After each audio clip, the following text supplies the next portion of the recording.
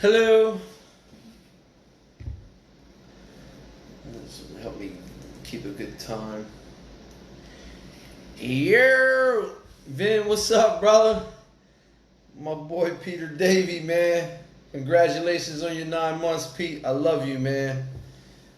I'm honored to be in your life, man, and that you're here. That's straight up. So, let's pray in. Take a deep breath.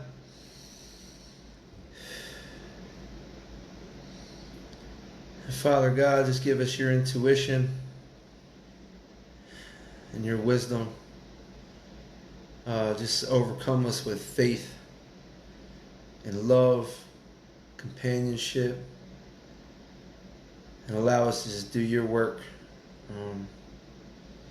And let's just love other people, man. Fill us up with love in your spirit so we can pour out on the other people and they can pour out on the other people.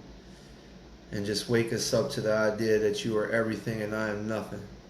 Separate me from selfishness, ego, and pride. And speak through me and use me.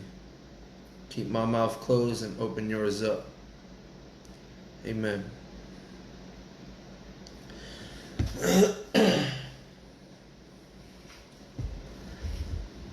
So we're on this really cool journey, man.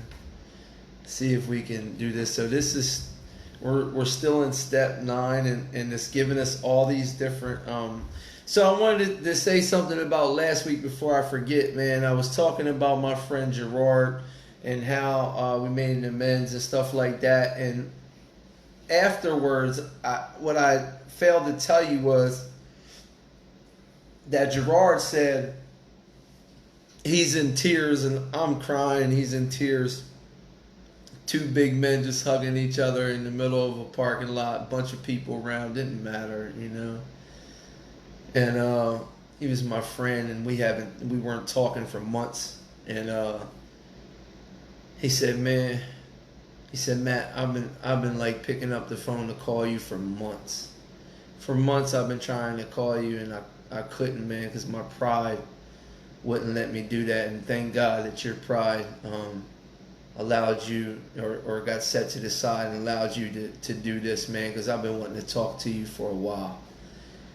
And what an amazing gift, man.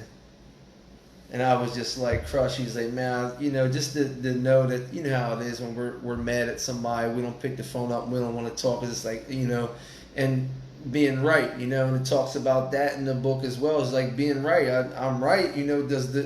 In war, only the victor seems to win. So it's kind of like, you know, am I really right? Is it worth being right to lose continuity or lose a relationship over? Is being right worth that? Forgiveness is one of the most powerful things, and I'm gonna take this time to let you know. I took one of the clients to a place, you know, to get some treatment, and just leave it at that. And the doctor there was like really to me was disrespectful. She wasn't really that disrespectful, but you know, me thinking I know what she's thinking, you know, which is just a ridiculous thing to think that I know exactly what she means when she says this and all this other stuff. And then on the way back, I came to the realization that, man, I've been just like that too. You know, which allowed me to let go. I'm still going to report her. Anyway, so we've been going through this journey, the 9th step. We talked about crimes. We talked about owing money. We talked about just making direct amends. We talked about... we didn't talk about it yet, but we're about to get into people where other people are involved. You know, it's going to break down a little bit of and others, you know,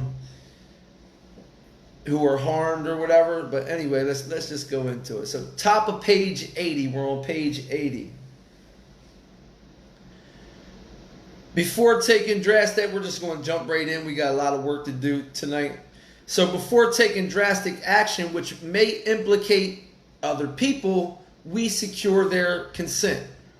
This is in making a 9-step amends. If you've been with us, you already know. And if you haven't, then look at the other videos. And that's the cool thing about the Facebook Live thing, is like you can just go back and search my name at the top of this Facebook page, and all the book studies will pop up.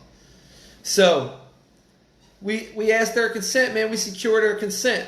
If we have obtained permission, if you got permission to say, yo, man, I'm going to go making this amends. You mind if I say that you were with me, or whatever the case may be? Or, a lot of this is going to come up in relationship stuff, Well, who was it then? Who were you out with? And some people just ain't going to say, oh, it doesn't matter. I don't want to bring nobody else into it, like the book tells us, and it's going to tell us, like, no outsider can appraise such a situation, which we'll get into tonight. If we have obtained permission, have consulted with others, ask God. There's 3 things to do in a situation like this. If we have obtained permission, consulted others, asked God, which is prayed, right, and help God to help, and the drastic step is indicated, we must not shrink. Got to go to it. Think it's a good idea. Yeah, man, I'm okay with that. If it's to make you all right. Did you pray on it? Yeah, okay. Don't shrink. This brings to mind a story about one of our friends while drinking. He accepted a sum of money from a bitterly hated business rival, giving him no receipt for it. He subsequently denied having received the money and used the incident as a basis for discrediting the man. He thus used his own wrongdoings as a man of destroying the reputation of another. Oh man, I have done that. In fact, his rival was ruined. He felt that he had done a wrong that he could not possibly make right. If he opened that old affair, he was afraid it would destroy the reputation of his partner, right? So he got someone else involved. I'm not trying to cause harm for other people too. It would destroy the reputation of his partner, disgrace his family, so his family's involved, and take away his means of livelihood, lose his job. What right had he to involve those dependent upon him? How could he possibly make a public statement exonerating his rival? Except when to do so would injure them or others, right? This is a situation of accept, making amends wherever possible, except when doing so would harm, them, you or others. So this is a good description of that. Disgrace his family, take away his means of livelihood. What right had he to involve those dependent upon him? It didn't mean that he didn't want to make the amends. It didn't mean that he wasn't willing because it was going to hurt him. It was like, yo, if I put myself in this position to be hurt, then I got my family to take care of, right? So that's others. It might mess with my partner's reputation. That's somebody else. So he ain't got no right to implicate other people without consent, right? And permission, and as he consulted with them first. So what's he do? How could he possibly make a public statement to exonerating his rival, right? So this is very important to underline this, and I put a star next to it. After consulting with his wife and partner, he came to the conclusion that it was better to take those risks than to stand before his creator. Creator, we're using this word a lot, man. Creator guilty of such ruinous slander. He saw that he had no place, or he had to place the outcome in God's hands, or he would soon start, and all would be lost anyhow. He attended church, so he consulted with his family, right, and everybody, and they was like, it's probably better to take those risks, man, and they were okay with it. He attended church for the first time in many years. After the sermon, he quietly got up and made an explanation. His action met widespread approval, and today he is one of the most trusted citizens of his town. You have no idea. Every time we put this thing in our head of what an amends, how it's going to take place, and this is how it's going to go, and it's not going to go good or whatever, you have no idea the effect that you can have on someone else. You make an amends to someone in forgiveness who may even if they did you more dirty than you did them, or whatever the case may be, who's to say that that doesn't make them make an amends to someone and we create this this domino effect of love throughout people. He attended church for the first time years. At the sermon, he quietly got up and made his explanation. His action met widespread approval, and today he's one of the most trusted citizens of his town. This all happened years ago. The chances are that we have domestic troubles. So now we're going to move into domestic troubles. Domestic, brothers, girlfriends, wives, dads, moms, intimate situations. All right. The chances are that we have domestic troubles. We do. Perhaps we are mixed up with women in a fashion that we wouldn't care to have advertised. He was out picking up whores on the strip, all that stuff. We doubt if, in this respect, alcoholics are fundamentally much worse than other people, although we don't think so. We think like nobody does this stuff but us, but and we talked about this in the sex inventory, like we all have sex problems. We hardly be human if we want it. That is not a mere excuse to continue. And as we already talked about, if our conduct continues to harm others, we're quite sure to drink, and the drink is to die. And with us, it's just like that. Or get high, whatever. But drinking does complicate sex relations in the home. After a few years with an alcoholic, a wife gets worn out, resentful, and uncommunicative. How could she be anything else? Straight up. The husband begins to feel lonely, sorry for himself. He commences to look around in the nightclubs or their equivalent, nightclubs, strip clubs, whatever, street corners. If you're a junkie like me, street corner, wherever, for something besides liquor. Are we talking about drugs here? We're probably talking about sex stuff. So we're talking about like women, or for women, men, Perhaps he is having a secret and exciting affair with the girl who understands. Oh, man. Woo! In fairness, we must say that she may understand, but what are we going to do about a thing like that? Question. A man so involved often feels very remorseful at times, especially if he is married to a loyal and courageous girl who has literally gone through hell for him. I had a woman in my life that was with me over 10 years. I don't even know how long we was together. And a man ran her through the ringer, with all this stuff. And I'm not going to get too far into detail with it because we're on this format. I'll just say that I did all that. All this and some. Whatever the situation, we usually have to do something about it. We got to do something about it. If we are sure our wife does not know, should we tell her? Question mark. I know the women that are on here are probably like, what's the answer to that? Not always, we think. Notice, Bill and Bob was very creative, man. Not always we think, they're real creative with the language. Do you tell her? Should you? I don't know. Maybe. Not always, I think, But it gives us a good description of what we're talking about here in all sincerity. Let me stop kidding around because this is some good stuff. So, if she knows in a general way that we have been wild, should we tell her in detail? Question mark. Undoubtedly, we should admit our fault. She may insist on knowing all the particulars. She will want to know who the woman is and where she is.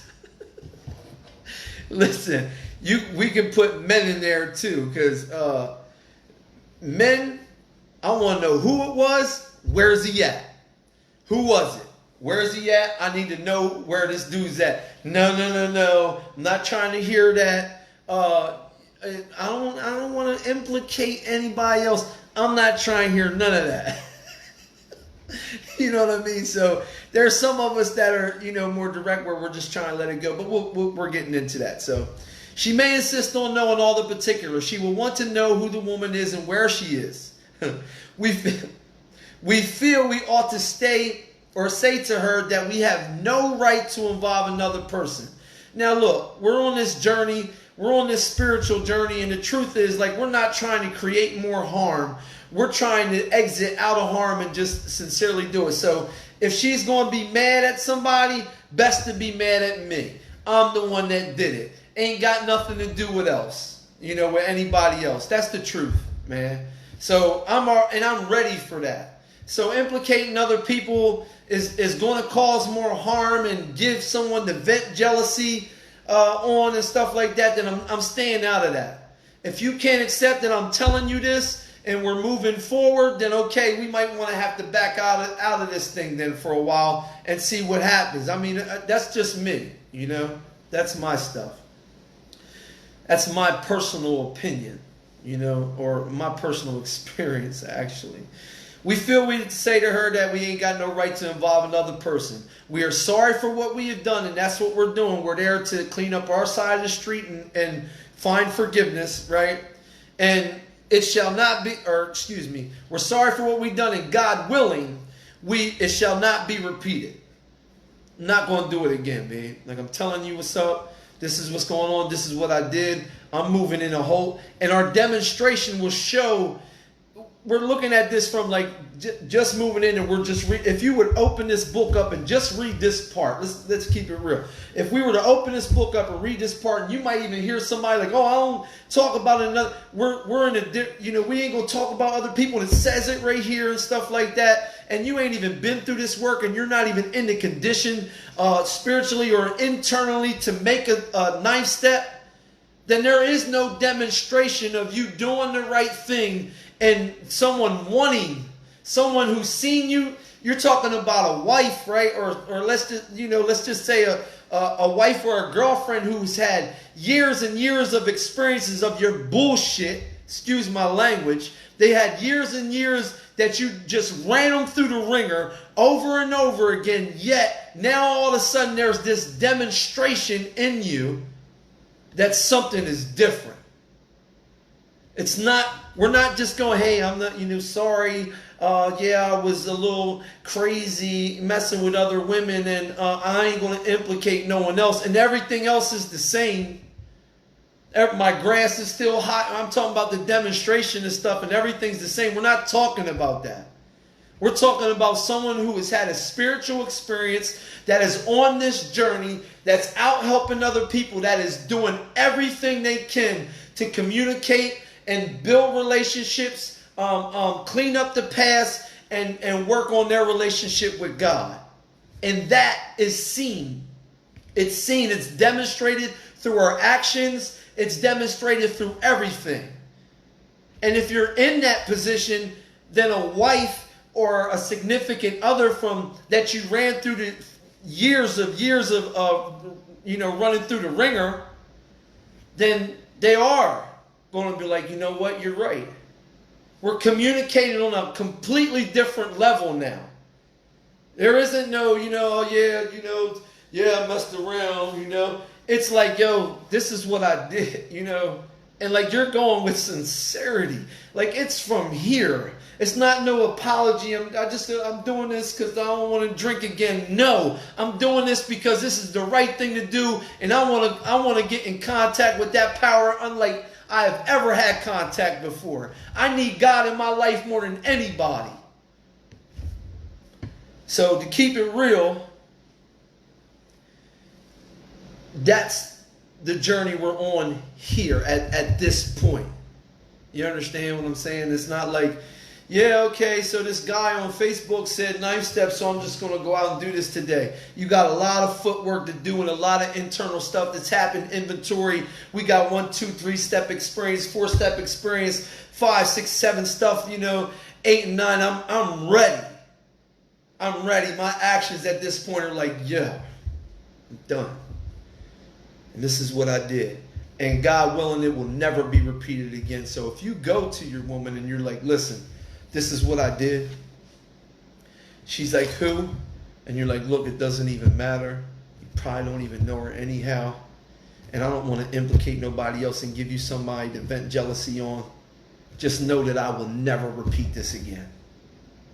And for real, I'm not going there to be forgiven, I'm there to ask for forgiveness, I'm not there. It doesn't matter if she or he or whatever forgives me. I'm just going there I'm looking, just like, what you call them prayer, St. Francis prayer, Let me seek to forgive rather than be forgiven. Let me seek to love rather than be loved, We feel we ought to say to her that we have no right to involve another person. We are sorry for what we have done, and God willing, it shall not be repeated. More than that, we cannot do. And let's keep it real. Let's swing the other way for 1 second. You tell her. She asks who, and there are situations like this, and we let God be the judge. And I'm praying, I'm meditating, I'm asking God for direction in each questionable situation. So I'm like, look, man, this is what's going on, right? And that much further, we can't do anything other than that. And if I were to say it was Brittany, I don't know why. Brittany is a complete fictitious name, man. I don't even know where Brittany. I'm sure I know a couple of Brittany's, but I'm just saying, like, Brittany is just a name that I come up with. I use it at the group all the time. It's just so easy for me to say. So maybe I'm going to meet Brittany someday. I don't know. So say Brittany, look, it was Brittany down the street or whatever. What is that going to do? I mean, be real with it. If she wants to be angry with you for not telling her, then that's your responsibility because she's owed that. Make it on me because it is me. I don't want to say it's Brittany down the street and then all of a sudden there's a fight with her and Brittany, and then Brittany's got a man, and then we just created this whole realm from me trying to exit out of stuff like that. I created more. You understand? So even if I did tell her, let's be real about it, right? And really look at the real picture and see the truth of it. If I did do that, it will 100% create more harm. Think about it. Go through the situation. More than that, we cannot do. We have no right to go further. Not that we don't got no right to go further and she doesn't deserve to know, right? We ain't got no right to go further because somebody else 100% will be implicated. We just talked about implications, so it's pretty cool how we moved into this. We just talked about implications and can't do it, man. And maybe there is a situation where you call Brittany up and you're like, Brittany, listen, I'm going to tell my wife, and she asks who it is, man, I'm going to say, and if I don't even want to get into that because the truth is that's going to create more harm anyway. Though there may be justifiable exceptions, okay? There's always going to be that. There's always going to be a situation that you can come up with that, and if that's the case, cool. I ain't been through one. A justifiable exception, and though we wish to lay down the rule, no rule of any sort, you see how they're staying out the mix in the language? Even though we like gonna stay out no, we can't lay down no rule of any sort. And there are some justifiable exceptions, and that's true. Every experience and every situation is different. We have often found this the best course to take. And generally, this is the best way to move. Our design for living is not a one-way street. It is as good for the wife as it is for the husband. Demonstration. If we can forget, we're on page 82, if we can forget, so can she. Or he. It is better, however, that one does not needlessly name a person upon whom she can vent jealousy. But check this out. I'll tell you this too. I'll give you a justifiable exception in a second. Perhaps there are some cases where the utmost frankness is demanded. It may be that both will decide that the way of good sense and love and kindness is to let bygones be bygones. Each might pray about it, having the other one's happiness uppermost in mind. Keep it always in sight that we are dealing with the most terrible human emotion, jealousy. Good generalship may decide that the problem be attacked on the flank rather than risk a face-to-face combat. So, this is all such cool stuff because you'll get a lot of... I've had this happen. I'm just saying, in my experience, I've had guys, and I've probably done this too. I've had guys that wanted to make amends to old girlfriends, you know. Like number 1 through 10 on the list was girls they were involved with, you know. And I would say this, like, what type of journey are you on? And this is what I do say. Like, what are you really, what type of journey you on? You know, are you trying to, if you still have this emotional attachment to this woman, right? This obsession or whatever, she's married now and all that stuff, you know, then you might want to attack that one on the flank, like a phone call or something like that. And I know we talked about like face-to-face stuff, but when it comes to relationship stuff and the opposite sex, there are some situations that some people will demand the utmost frankness where like, oh, you gonna tell me, mother. You gonna tell me. And I've been with, I can't say that I ain't been with women like that, you know? And I'm sure you can't say that you ain't been with a man like that, you know? So, just saying, you know, and they asked that, so it's kind of like they, you know, we're going to pray, we're going to get over this, you know, and stuff like that. But it's some situations are better just like, yo, making a call, or just like not doing that again. Seeing your part in it may be enough. Person might be happily married, kids, stuff like that. Am I going to call a woman that's happily married with kids and call her and express my harm to her when we was 15 and 16 doing dumb stuff, right? Am I going to call this woman who's now 40, right, or 32 or whatever, right, and call her from one way and say, hey, listen, I just wanted to apologize for, you know, that might create more harm than anything, you know? So I might just need to like leave some stuff alone and not try.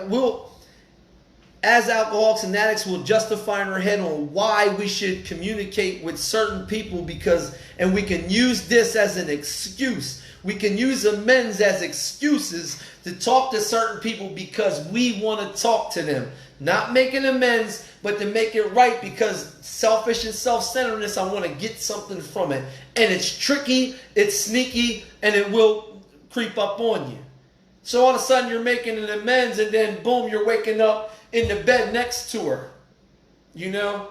after making an amends. You know, and you know if that's going to happen, or if there's still an attraction there, or the girl still loves you, and you know, oh, I'm probably going to get a shot if I'm making a mess, or whatever the case, you know. So is that something you want to venture into and hurt and harm other people? You want to be real mindful in situations like this and when you're making amends and how to approach. Perhaps there are cases like that. Generally, we're on the second paragraph. We'll get ready to move into the third paragraph on page 82 if you're just joining. Good generalship may decide that the people we attacked on the flank, those people be attacked on the flank rather than risk a face-to-face combat. There might be some people that will, like, you know, I end up face-to-face knocking on some chick's door who's happily married with a husband, and I get my head blown off. He's like, who are you? I'm talking to my wife like that, or, you know, just nonsense, but I'm just being real with it, man. You know, if we have no such complication, there's plenty to do at home. Sometimes we hear an alcoholic say, check this out, I highlight all this. This is so important. Get a different color highlighter. Sometimes we hear an alcoholic say that the only thing he needs to do is to keep sober. Certainly he must keep sober, for there will be no home if he doesn't. But he is yet a long way away from making good to the wife or parents whom for years he has so shockingly treated. We talked about my mom and what I did to my mother, you know. Passing all understanding. Gabe. Me. Passing all understanding, all the stuff I did to my mother. Took everything from, I'm talking about 4 o'clock in the morning deal. One out cop had her pick me up. She had work the next day. She came out to get her baby because she just didn't want to get the phone call of he's dead or he's in prison again. And I go with a 20 piece in my pocket. I found out it was missing. I yell at my mother, have her pull all the way back around to the 7-Eleven out Manor Park, where the Red Rose Inn was still there. And they freaking pull me all the way back there. I get out the car. I ransack my mother's car, yelling at her, screaming at my mother to shut up. Years of my life in prison, destroyed home, stole everything, and my mother's still there at 4 o'clock in the morning with her hands in her face crying because I'm telling her, not asking her, telling her to give me $20, and my mother is scared for her own safety. My mother's scared for her own safety, gives me $20. I say I'll be right back after she just turned around to take me back because I yelled at her because I lost my 20 that I was going to use when I got home. And I go back into the hood and I'm back out in Manor Park where I just beat somebody at. And I go get a 20 and I look back at my mother who got her hands in her face and crying. And I take a hit and I never go back to the car. And I leave her in the parking lot. And I never make it back to the car.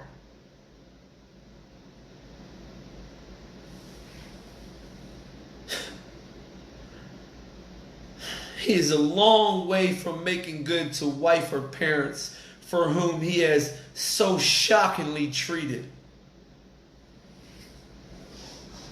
First approach, right? Yeah, okay. I'm going to be making approaches my whole life to my mother. Passing all understanding is the patience mothers and wives have had with alcoholics. No one can get that. Some of us are in like marriages and stuff like that, like it is impossible to describe how that woman still loves me. I ain't even just talking about my mother. Wives do the same thing, like they're there to the end. Husbands, you know. there to the end, passing all understanding, is how they put up with us for so long. It's passing all understanding, man. The patience that mothers and wives had with alcoholics. Had this not been so, many of us, me, would not have homes today and would perhaps 1,000% in my life be dead. No questions asked, guaranteed. If I wrote a story. If God gave me the only mother that he knew that would be with me, that would stick with me through that. Because if I ain't had my mother, I'd have been gone a long time ago. That's being straight up. I never had my own home till I came down Florida. I lived places. I ain't never had nothing in my name. Never had nothing. Because every time I got out of prison, I went to Mom Duke's house. Just like that, man. Straight up. Even when I was getting money, I lived at Mom's. I wouldn't have no home if I ain't had Mom's, man. And it's crazy because I had this beautiful home and this mother who loved me and wanted the best for me. Yet I wanted to run the streets and get high and smoke and drink and play with people in the streets and fight and do all the knucklehead stuff I've been doing my whole life. It's crazy. I would. Ain't no perhaps about it. Matt would be dead. And maybe that goes for you too. The alcoholic, we're on the last paragraph of page 82.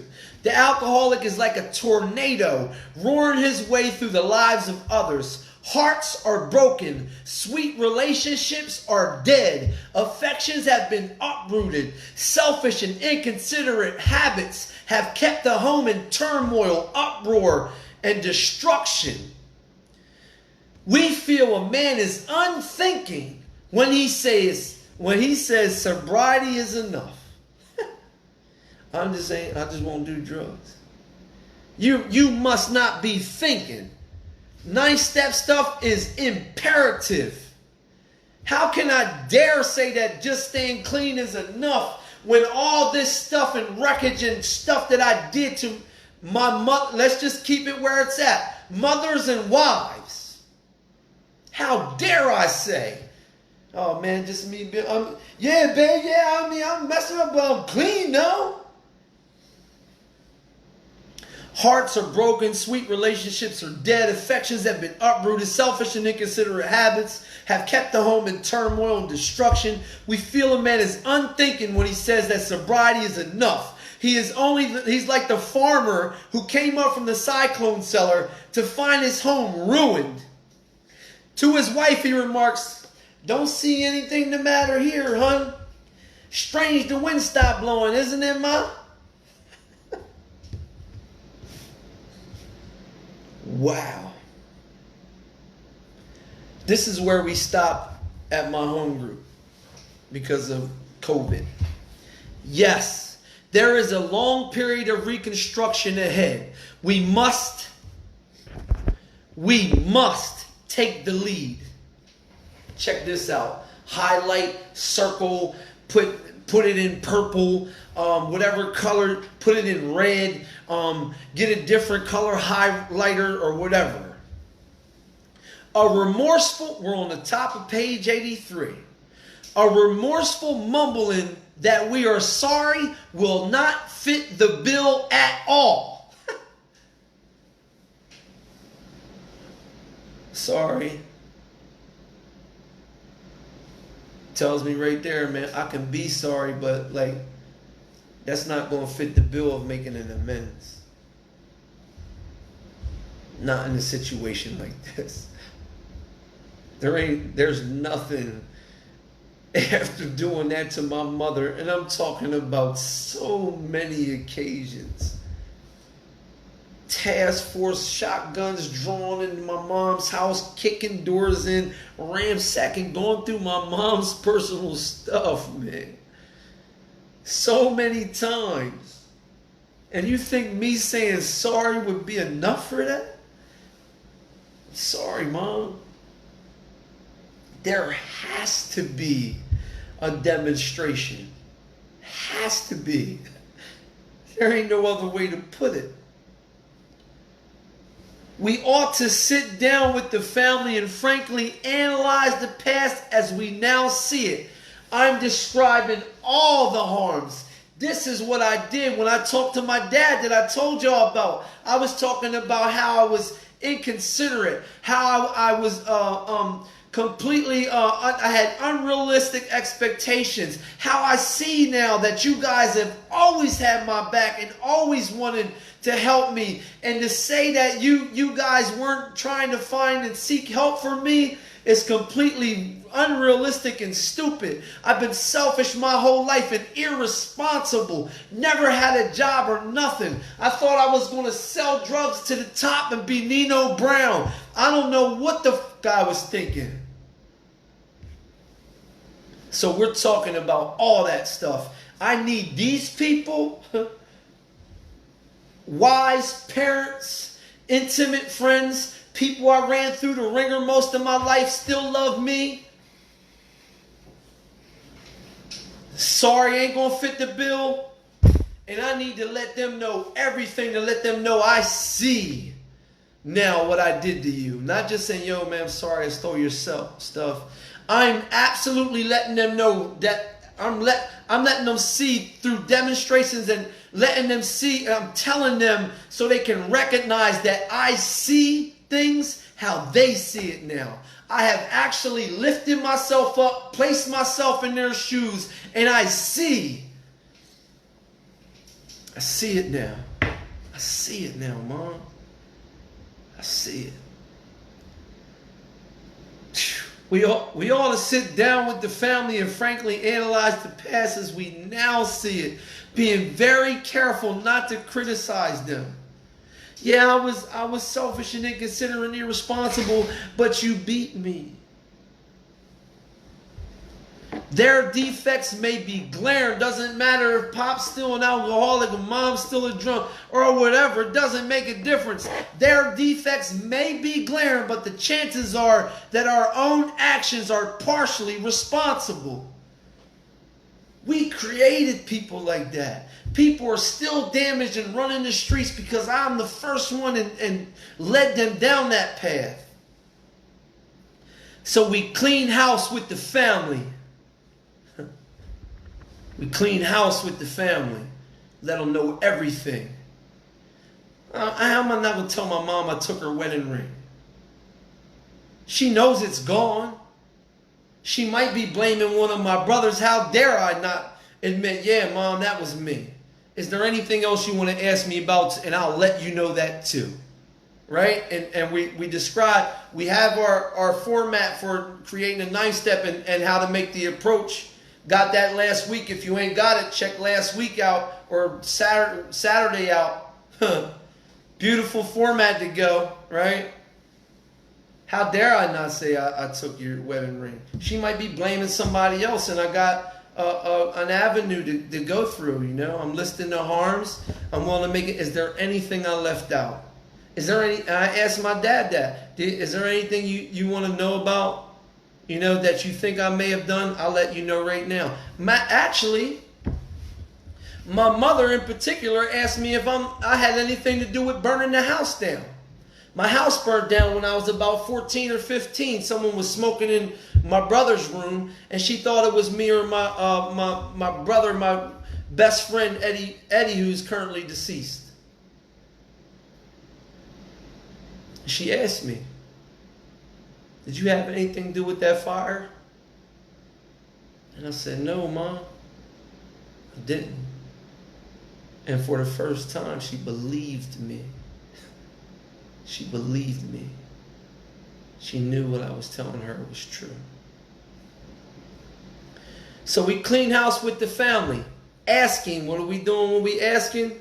We praying each morning in meditation that it don't say nothing about our chair or our doorknob or our group of drunks or our good orderly direction. It says our Creator show us the way of patience, tolerance, kindness, and love. Tell me you're going to get that from a chair or a doorknob or a group of drunks.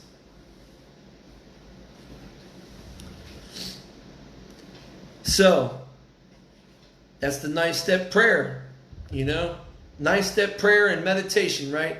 Asking each morning in meditation that our Creator show us the way of patience, tolerance, kindliness, and love. So, just like we talked about in 3rd step, 4th step, right?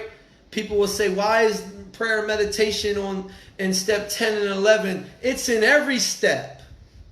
It's in every step. It's talking about prayer and meditation, talking to the Creator. Every step. We should be familiar with prayer and meditation, especially at this point. If you're not harking on or like judging anyone, I'm just saying, like, get into it. It works. The spiritual life is not a theory. Spiritual life is not a theory.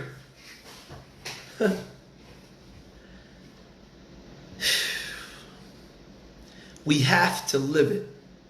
And I highlight that. We have to live it.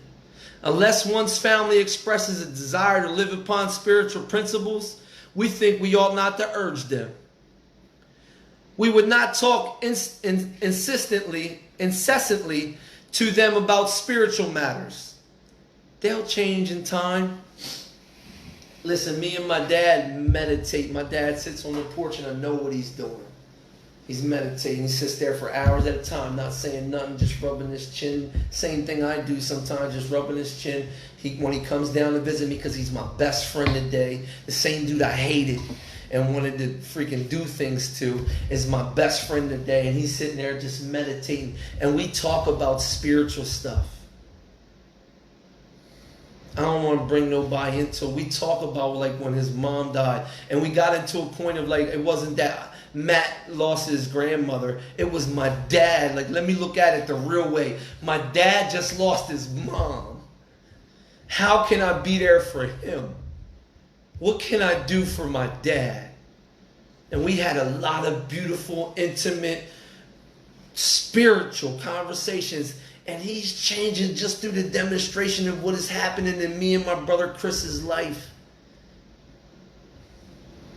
Mom, too. They'll change over time. Our behavior will convince them more than our words. The demonstration, man.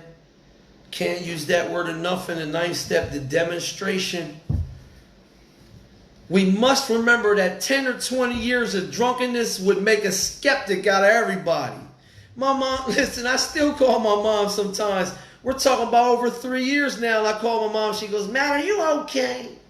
And I'm like, "Yeah, Mom, I'm good. What's up?" She's like, "I don't know. You sound a little loopy." Mom's is crazy, man. I'm like, "Nah, Mom." And then after a little bit in the conversation, she knows and she gets at ease. And of course she's a skeptic. Let me see your eyes, you know. It make a skeptic out of anybody. I know, especially first coming in, we're like, "Man, Mom's like always tripping out about like where I am." No crap, bro.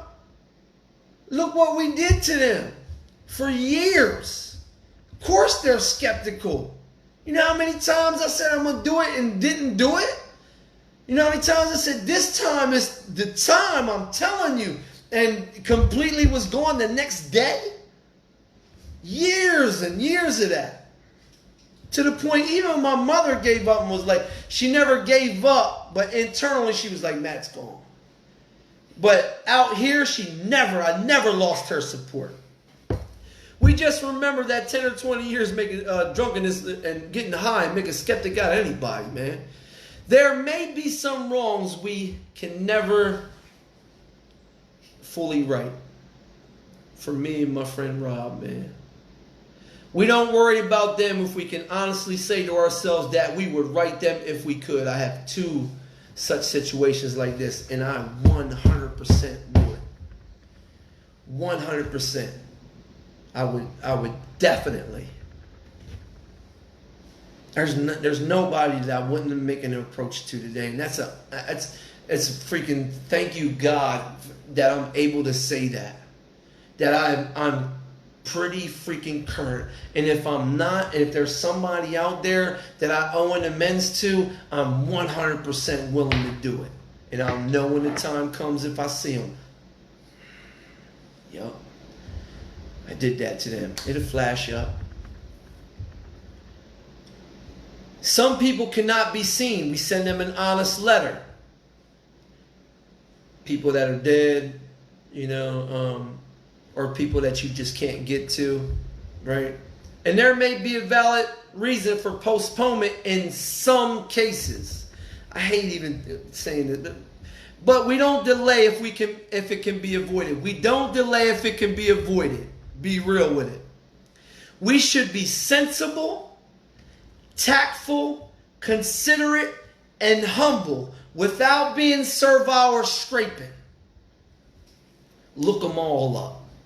Highlight that and look that all up. Tactful, considerate, right? Humble. As God's people, we stand on our feet. We don't crawl before nobody. If we are painstaking, this is the most right here, last paragraph on page 83. You can bracket and put next to it 9-step promises. Most unbelievable. Listen, all this is 100% realistic and absolutely evident. This happened in my life. All this stuff is real.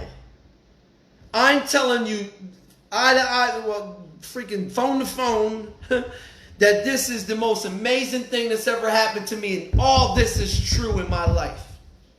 If we are painstaking about this phase of our development, if we're not trying to go through with it, if I'm thinking like, I don't know about this, we will be amazed before we are halfway through. My girl Tara R says we probably should have left that out of the book. She said, if there's one thing I would change in the book, it'd be that. Because people get amazed when they're halfway through and then they stop and think there's no more amends to be made. Yeah, you're amazed when you're halfway through. We're going to know a new freedom. I do. A new happiness. I do. We will not regret the past or wish to shut the door on it. I don't. We will comprehend the word serenity. We will know peace. That is guaranteed. That's factual in my life. No matter how far down the scale we have gone, we will see how our experiences, all the stuff that I did in my past, all the madness that I went through, we see how it will benefit others. That's my life today. Message with depth and weight, and I can help people that you can't. You can help people that I can't. That feeling of uselessness and self-pity will disappear. Don't this sound amazing? This is for real. We will lose interest in selfish things and gain interest in our fellows. Self-seeking will slip away. Gone. Unbelievable. Our whole attitude and outlook upon life will change. This happened to me. Fear of people and economic insecurity will leave us. My car, paint that picture for you. I can go get a new car tomorrow. I got a car, ain't got no AC, it ain't got no free, the brakes suck, I ain't got no radio. It's a horrible car, but I love it. I'm going to run it into the ground because I ain't worrying about fixing the outside all that much. Still happens, but I care less about it. Fear I lose a job, guess I'll get another one. You know? Out of the relationship, okay, I guess God's done with me in your life, or He's done with me in your life, or whatever. I move forward. We will intuitively, my spirit tells me, we will intuitively know how to handle situations that used to baffle us. We will suddenly realize that God is doing for us what we could not do for ourselves. I swear, I'm not a swearer, but I'm telling you, all this is true in my life. Are these extravagant promises? I can tell you from my own personal experience, hell no. We think not. They are being fulfilled among us, sometimes quickly, sometimes slowly, but they will always materialize if we work for them. And today I'm willing to work for them, man. It's been an amazing journey, man, in the ninth step, man. And we got a lot of clear-cut stuff in here and a lot of direction. There's precise instructions in this book on how to go through with the work. And it even gives us on how to approach certain situations. I mean, it's unbelievable. And like I said, man, I believe that God wrote a lot of books, and this is one of them, man. This is the most amazing thing that's ever happened to me. Feeling this stuff. Doesn't this stuff sound a lot better than like getting a new car, a job, and a girlfriend? Like freaking knowing peace and serenity. No matter how far out to sea I've been and how far my life has been gone and how many times I risked my life and everyone gave up on me, including myself. I find how that stuff can benefit people. My job. I'm here on experience, not education. That's how I got my job. Through experience, not education. The feeling of uselessness and self-pity disappear, lose interest in selfish things and gain interest in our fellows. Self-seeking slips away. If you think this is unreal, it is, but it's true. Fear of people and economic insecurity leaves us. Intuitively know how to handle situations that used to baffle me. Unbelievable. There's no other word that I have to describe my life than unbelievable. Only reason I try to do this stuff is to prove to you that it don't work. I was wrong. I can man up today and tell you I was wrong. It worked for me. So, man, thank you guys for being on this journey. We'll get into steps 10 and 11 next or Saturday. We'll get into 10 and 11. We'll give a really good breakdown of that, man. Hopefully we can get to both of them. We should be able to. And we're going to talk about some prayer, meditation, and making amends as we go. Listen, man, it's been an honor, man. God bless y'all and your families, man. Continue to pray, please, man, for other people and not your own selfish needs. Or even if you're going to pray for yourself, pray for like God to come in your heart to help you help other people. And amazing things that happen, man. And I'm so honored to be a member of this program and like to be employed by an all-powerful God. So thank you guys. God bless and good night.